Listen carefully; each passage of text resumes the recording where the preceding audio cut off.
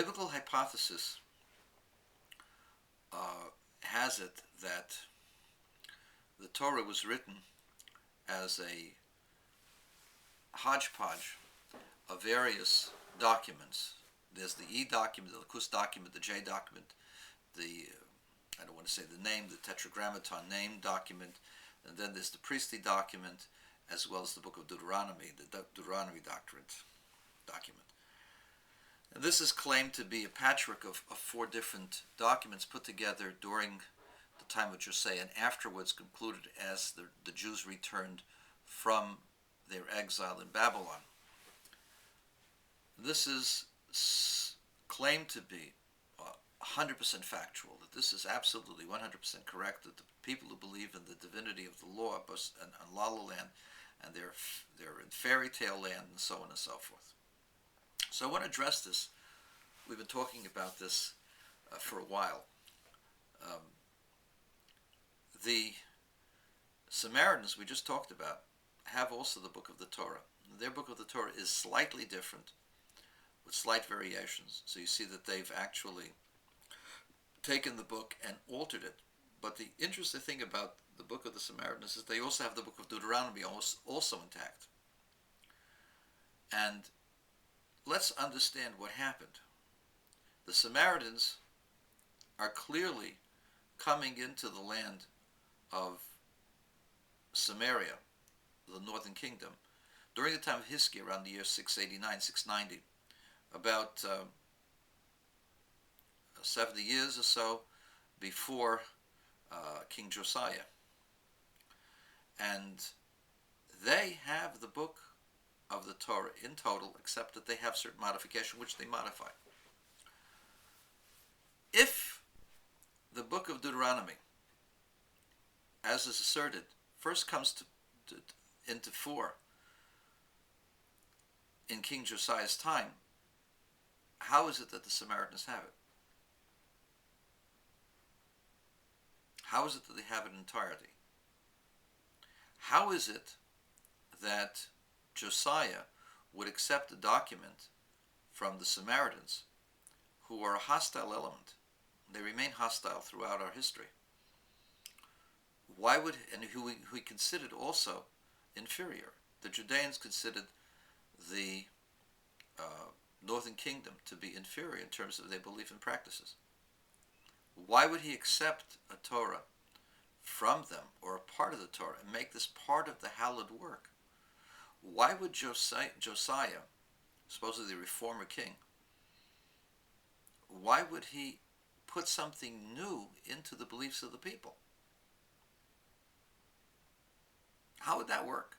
How are people going to accept that all of a sudden there was another book that wasn't there?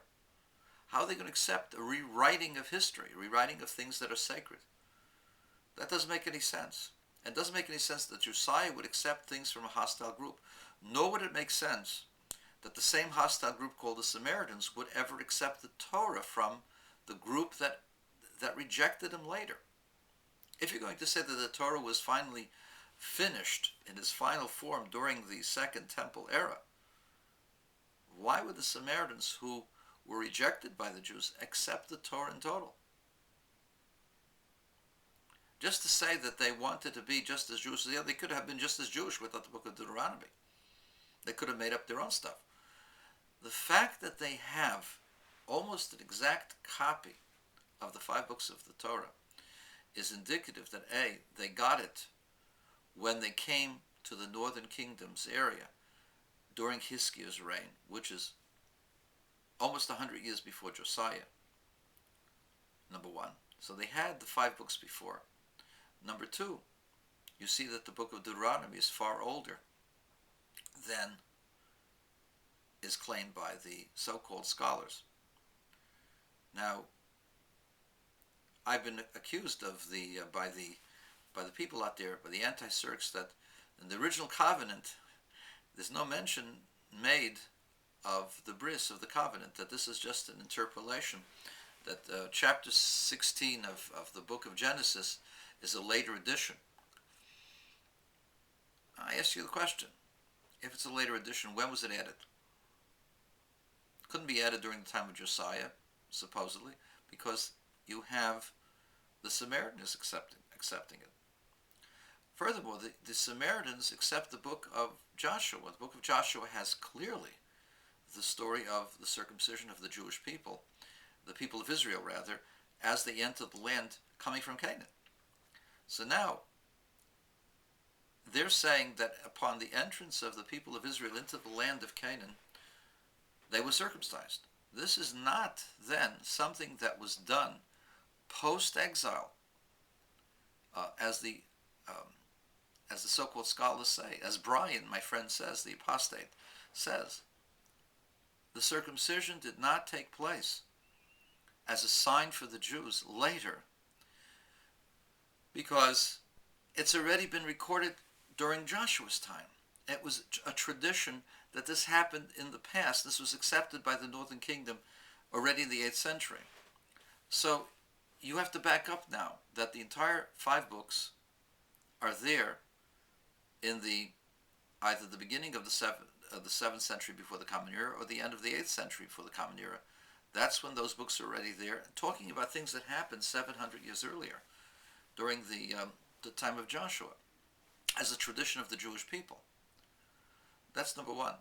Number two, and this totally shatters the whole documentary theory of the so-called scholars.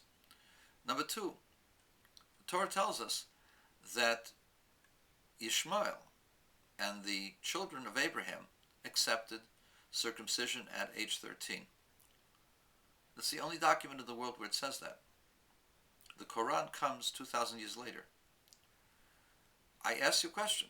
Where did the Ishmaelites get this tradition that they are from Abraham and that their patriarch Ishmael circumcised himself at age 13, if not from the Torah? They certainly didn't start it in the middle, those middle centuries. They have it all the way back, a tradition several thousand years. 2,000 years before the Quran, they've been doing this. They didn't make this up during King Josiah to consolidate the peoples and to make sure that they would be identified. They lived in their own land of Arabia. And so, let me just say this. The documentary hypothesis has been disproven by people using a computer, making a computer analysis of the linguistics. The documentary hypothesis is in itself internally bankrupt, and the story of the Samaritans shatters that myth, the myth of the hypothesis of the documents. The documentary hypothesis is not one shred of actual physical evidence to bolster itself up. The documentary hypothesis is negated by the present-day Arab population, the Muslim population, who circumcised themselves at age 13. And the documentary hypothesis is the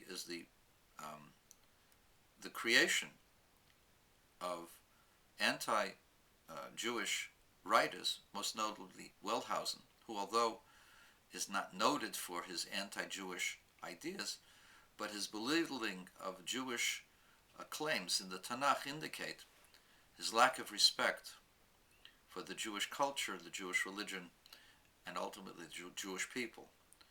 And so, why would you accept something written by somebody who is biased, not objective, and reject someone like myself, that what I say is only apologetic, only made up in order to bolster some